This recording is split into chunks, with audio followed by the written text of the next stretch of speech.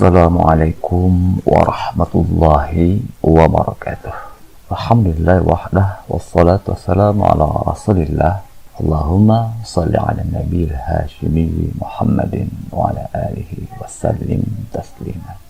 Bapak ibu ikhwan akhwat yang berbahagia, Guru Agung Pengarsa Abah Ahnom Syekh Ahmad Shahibul Wafatajil Arifin di dalam kuliah beliau itu menjelaskan ya Bapak Ibu bahwa zikir itu merupakan alat untuk melatih, mendidik, membina atau mengendalikan ingatan atau pikiran atau batin kita.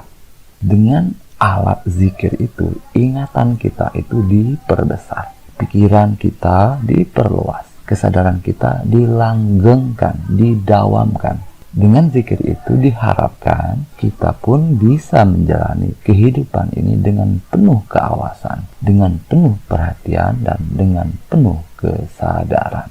Kita menjalani kehidupan ini mengikuti alur sunnatullah yang telah digariskan oleh Allah. Namun tentu saja dengan penuh kesadaran, dengan kesadaran yang penuh, dengan kesadaran setiap saat. Kita mampu menyadari apapun yang kita ucapkan, apapun yang kita lakukan, dan apapun yang kita pikirkan. Refleksi dari kesadaran yang penuh atau kesadaran setiap saat itu di dalam kehidupan nyata ini ya seperti waktunya sholat, kita pun sholat dengan penuh kesadaran. Waktunya di rumah, kita pun berada di rumah dengan penuh kesadaran, dan seterusnya. Jadi perjalanan menuju Allah itu sebetulnya perjalanan yang dijalankan dengan penuh kesadaran. Seperti perjalanan kita dari Bandung ke Suryalaya. Di jalan kita lapar, ya kita makan dulu. Oh waktunya sholat, kita singgah ke masjid atau mushola lalu kita sholat. Sholatnya di qashar atau di jamak, ya kita ikuti sunnah ini. Ketika bensin mau habis, kita datang ke pom bensin. Lupa jalan, ya kita berhenti bertanya kepada orang-orang atau kita bertanya ke Google Map ya kalau di zaman sekarang, sehingga akhirnya kita pun sampai ke Suryalaya. Inilah cara hidup yang penuh dengan kesadaran, inilah cara hidup ma'rifat. Cara hidup seperti inilah yang terus-menerus dipelihara, dipertahankan oleh orang-orang yang telah sampai kepada Allah. Hanya saja kadang-kadang ya Bapak Ibu, cara kehidupan yang penuh kesadaran tadi itu, kehidupan ma'rifat yang penuh dengan ma'rifat itu tadi tidak mudah loh Bapak Ibu untuk dilakukan ya. Terlebih bagi kita yang hati kita ini masih menyimpan banyak penyakit. Ya seperti lidah ya, lidah kita sakit, kita tidak akan bisa merasakan manisnya madu. Demikian juga kalau hati kita sakit, kita tidak akan bisa menjalani kehidupan ini dengan penuh kesadaran. Kita tidak akan bisa menjalani kehidupan ini dengan ma'rifat. Kadang karena iming-iming keuntungan yang besar, pekerjaan kita yang sudah bagus dan jelas itu ya, kita tinggalkan demi pekerjaan yang belum jelas, namun dengan iming-iming keuntungan yang besar itu. Kadang kita sudah enak menjadi guru ya, tapi kita tergoda kadang-kadang ya dengan keuntungan yang besar dari perdagangan, sehingga kita berhenti menjadi guru dan beralih ke dunia perdagangan. Komitmen kita sangat rendah, batin kita mudah untuk berubah-ubah. Keyakinan kita bahwa Allah adalah Maha memberi rizki sangat rendah. Kita merasa bila dengan perdagangan itu kita akan lebih bahagia. Dengan perdagangan itu kita akan semakin sejahtera. Loh, kata siapa? Banyak loh Bapak Ibu, orang yang kelihatannya kaya tapi tidak bahagia, tapi tidak sejahtera. Coba kita dekati orang-orang kaya itu dan bertanya kepadanya, Tuan, kehidupan Tuan sangat kaya. Tentulah Tuan orang yang sangat bahagia. Coba kita bertanya kepada orang-orang kaya di sekitar kita dan katakan padanya, Tuan, betapa bahagianya kehidupan Tuan. Anda sangat kaya. Ketika Anda mengatakan ini, mungkin dia akan menangis. Maka Bapak Ibu Saudara sekalian tidak heran ya, banyak loh orang-orang kaya yang datang mengadu kepada pengusaha Bahanom. Dari kalangan artis, pejabat, ya, para pengusaha. Mereka datang ke pengusaha Bahanom. Kenapa mereka datang? Karena mereka ingin bahagia. Bapak Ibu sekalian, seringkali kita tidak bisa mengendalikan hawa nafsu. Al-hawa ya Bapak Ibu, al-hawa yang ada di dalam diri kita. Apa itu al-hawa? Yaitu keinginan yang berlebihan. Inilah al-hawa, keinginan yang tidak sesuai kemampuan dan keinginan yang tidak sesuai dengan kenyataan. Ini al-hawa. Kita terus-menerus keluar dari jalur sunatullah yang telah digariskan Allah untuk kita. Kenapa kita keluar dari jalur sunatullah itu? Karena keinginan-keinginan kita itu, keinginan-keinginan yang berlebihan tadi itu. Itulah tabiat al-hawa. Selalu tidak pernah puas, selalu serakah. Kehidupan kita akan terus-menerus hancur ya Bapak Ibu, selama kita dikendalikan oleh al-hawa, selama kita dikendalikan oleh keinginan yang berlebihan itu, keinginan yang tidak sesuai dengan kemampuan, keinginan yang tidak sesuai dengan kenyataan. Keinginan yang tidak sesuai dengan kenyataan. Sudah di rumah, tapi tidak mampu menerima kenyataan ini. Pikirannya masih di pekerjaan, masih di bisnis. Selalu diganggu oleh al-hawa yang ada di dalam dirinya. Jasadnya sudah di rumah. Ini kenyataannya.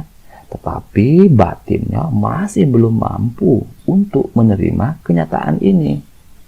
Akibatnya, dia tidak bisa menikmati kebersamaan bersama anak dan istrinya. Tidak bisa menikmati kebersamaan bersama keluarganya. Sudah bersama istri, tapi pikirannya masih ke mantannya. Kok nikah sama dia ya? Mantanku kan lebih cantik, lebih smart. Ya sudah, keinginan yang tidak sesuai kenyataan ini akan mengganggu kemesraannya bersama istrinya. Maka nanti dia marah-marah sama istrinya itu. Lalu nanti dia mencari-cari jalan untuk cerai, mencari-cari jalan untuk selingkuh, mencari-cari jalan untuk poligami. Jadi selama kita dikendalikan oleh al-hawa, kita tidak mampu menerima kenyataan. Kita tidak mampu bersyukur dengan apa yang ada pada kita. Maka selama itu pula kehidupan kita akan menderita karenanya. Bapak Ibu sekalian yang berbahagia, karena itu jalan hidup yang menyimpang dari kesadaran ini harus dikembalikan pada jalur sunatullah yang telah digariskannya. Lalu bagaimana caranya? Caranya adalah dengan melatih kesadaran itu. Dengan melatih kesadaran itu melalui alat yang paling direkomendasikan oleh baginda Nabi Muhammad SAW, yaitu zikir kepada Allah. Dalam hal ini zikir jahar ya Bapak Ibu. Jadi dengan zikir itulah kita melatih kesadaran, kita melatih keingatan kita yang tadinya goflah menjadi hudur. Bapak Ibu sekalian yang berbahagia, sesungguhnya di dalam duduk zikir jahar itu terdapat hikmah yang besar bagi kehidupan kita ya Bapak Ibu. Duduk zikir jahar itu merupakan miniatur kehidupan kita yang sesungguhnya. Duduk zikir jahar itu merupakan representasi dari kenyataan kehidupan kita yang sesungguhnya. Oleh karena itu, kenyataan hidup kita ini sesungguhnya merupakan refleksi dari kehidupan zikir jahar. Kenyataan kehidupan kita sekarang ini merupakan pantulan dari kehidupan zikir jahar. Maka bila kita ingin mengetahui bagaimana sih kenyataan hidup kita sehari-hari, bagaimana sih kenyataan kehidupan kita di atas dunia nyata ini, maka kita perhatikan bagaimana keadaan kita ketika kita duduk berzikir jahar itu. Jadi kehidupan zikir jahar itu miniatur dari kehidupan nyata. Kehidupan nyata ini merupakan refleksi dari kehidupan zikir jahar ketika kita duduk zikir jahar itu ya Bapak Ibu. Maka bila setelah sholat jamaah misalnya ya, kita tidak berzikir, kita langsung beranjak keluar masjid. Nah, ini pertanda batin yang goplah, pertanda batin yang gelisah, batin yang pecah, batin yang kacau balau, ingatan yang ngablu, ngacaprak, ngaler ngidul dengan sangat kuat. Maka dengan batin seperti itulah kita menjalani kehidupan ini. Komitmen kita sangat rendah. Kita tidak berzikir jahar sama sekali. Kita meninggalkan zikir jahar. Komitmen kita sangat rendah. Bila di dalam zikir jahar seperti itu keadaannya, maka seperti itu pula lah keadaan kita di dalam kehidupan nyata ini. Maka bila dalam sebuah perusahaan terisi oleh orang-orang yang ghaflah ini, perusahaan itu dipastikan tidak akan berkembang. Malahan bisa bangkrut. Kemudian kita duduk zikir jahar itu kita gelisah. Ini pertanda di dalam kehidupan nyata kita pun gelisah menjalani kehidupan ini. Ketika zikir jahar itu pikiran kita kemana-mana. Pikiran bawah sadar kita itu sangat goplah, ngablu, ngacaprak, ngalir ngidul. Ini pertanda di dalam kehidupan nyata pun kita seperti itu. Jadi kita bisa melihat keadaan kehidupan nyata kita itu di dalam dunia zikir jahar itu. Maka bila batin kita lebih tenang, lebih bahagia ketika zikir jahar itu pertanda di dalam kehidupan nyata pun kita lebih tenang, lebih bahagia. Jadi kita bisa melihat bagaimana kenyataan hidup kita itu di dalam duduk zikir jahar itu Bapak Ibu ya. Nah, kalau seandainya kita langsung tidak berzikir, kita malas berzikir, kalau berzikir lelah, capek, gelisah, ya sudah, itulah kehidupan nyata kita. Seperti itulah kita menjalani kehidupan nyata ini. Kita menjalani kehidupan nyata ini dengan batin yang goplah, dengan batin yang gelisah. Bapak Ibu sekalian yang berbahagia, maka zikir itu merupakan alat untuk membina atau melatih batin kita yang bodoh ini. Batin yang bodoh ini harus dibina. Batin yang susah dikendalikan ini harus dilatih. Batin yang terus-menerus goplah, ngablu, ngacaprak, ngalir ngidul itu harus dipaksa untuk hudur, harus dipaksa untuk menyadari kekinian. Bagaimana caranya? Caranya pertama sekali kita harus paksakan untuk duduk ya Bapak Ibu. Duduk saja dulu setelah sholat jamaah itu. Kalau ada godaan sangat kuat menggoda-goda kita untuk beranjak, berdiri, lalu meninggalkan zikir jahar, jangan diperdulikan, jangan diperhatikan, paksakan duduk. Godaan itu merupakan godaan dari dalam batin kita sendiri, dari dalam batin yang masih penuh dengan sampah-sampah batin yang besar-besar. Maka kita susah untuk duduk saja, kita sudah sangat susah. Maka kita harus paksakan, kita harus tetap bertahan untuk duduk saja dulu ya Bapak Ibu. Ini merupakan cara awal untuk mengendalikan batin yang liar itu. Kalau kita terbawa dengan batin yang ghaflah, tergoda dengan batin yang ghaflah itu, kita berdiri meninggalkan zikir jahar, kita tidak akan mendapatkan perubahan apa-apa. Bahkan batin kita semakin gelisah, batin kita semakin goplah. Jadi badan ini kita paksakan dulu untuk duduk. Kita kuasai badan kita. Kita pantek, kita paku badan kita itu. Supaya tidak terbawa oleh godaan-godaan jahat dari pikiran-pikiran bawah sadar. Jadi seperti kita ingin memindahkan sarang lebah ya Bapak Ibu. Kita ingin menjinakkan koloni lebah dan memindahkan sarang lebah. Bagaimana caranya? Caranya kita harus pantek ratunya, kita harus kuasai ratunya, kita harus penjara ratunya. Ketika ratu sudah dikuasai, ketika ratu sudah dipenjara, maka sarang lebah itu bisa kita pindahkan sekehendak kita. Dan para koloni lebah yang liar-liar itu perlahan tapi pasti akan mengikuti kemanapun ratu berada. Demikianlah kita menjinakkan pikiran kita yang goplah itu, ingatan kita yang ngablu ngacaprak, ngaler ngidul itu. Pertama sekali yang harus kita taklukkan adalah badan kita. Badan ini bagaikan ratu bagi pikiran-pikiran. Ketika badan telah kita pantek di masjid, dipaku, dipenjara di atas sejadah, maka perlahan tapi pasti nanti pikiran-pikiran yang liar, yang ngablu ngacaprak, ngalir ngidul itu, yang kemana-mana tadi itu menjadi semakin jinak. Sehingga akhirnya kalau kita terus-menerus berlatih, maka akhirnya pikiran-pikiran kita itu mampu menyadari kenyataan jasad yang sedang di masjid, yang sedang di atas sejadah. Badan di masjid, batin pun di masjid. Badan di atas sejadah, ruh pun di atas sejadah. Sehingga terjadi kesatuan jasad, ruh, dan rasa. Senapas seiris apa yang ada di badan kita dengan apa yang ada di dalam batin kita. Maka formula dasarnya itu adalah selama badan kasar itu masih susah dikendalikan, batin halus akan lebih susah untuk dikendalikan. Ini formula dasarnya. Bapak Ibu sekalian yang berbahagia, maka bila kita langsung beranjak pergi, tidak berzikir, atau mungkin berzikir ya, tapi hanya 3 kali, dan itu pun tanpa sebab-sebab emergensi, maka betapa batin kita itu sangat bodoh ya Bapak Ibu.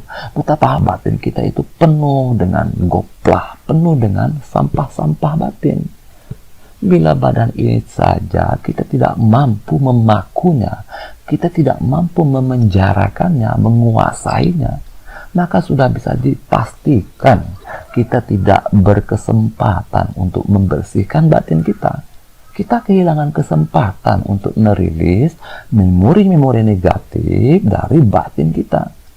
Maka dengannya tentu kehidupan kita akan sangat dekat dengan kegelisahan, sangat dekat dengan penderitaan. Dengan kegelisahan dan penderitaan yang terus-menerus bertambah-tambah.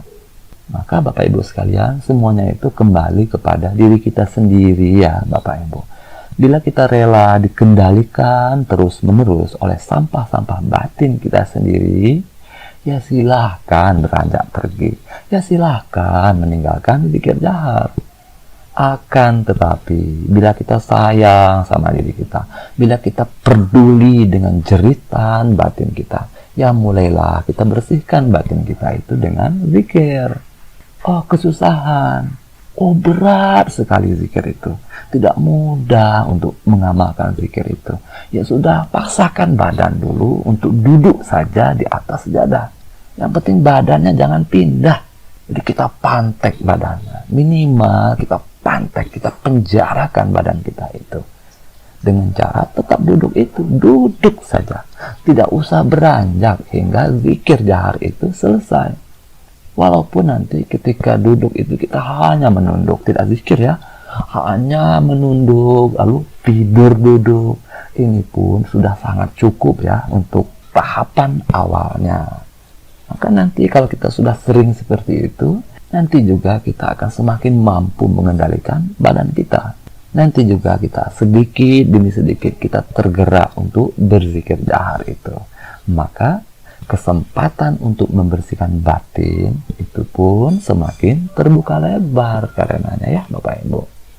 Tapi Ibu sekalian yang berbahagia, dengan terus-menerus kita berzikir jahar, dengan terus-menerus kita membuang sampah-sampah batin kita, maka kita lebih mudah untuk merasakan zikir jahar. Kita akan mampu menyadari zikir jahar. Ketika kita mampu menyadari zikir jahar, ketika kita mampu merasakan zikir jahar itu, maka di dalam kehidupan nyata ini, kita pun akan mampu menyadari kehidupan ini.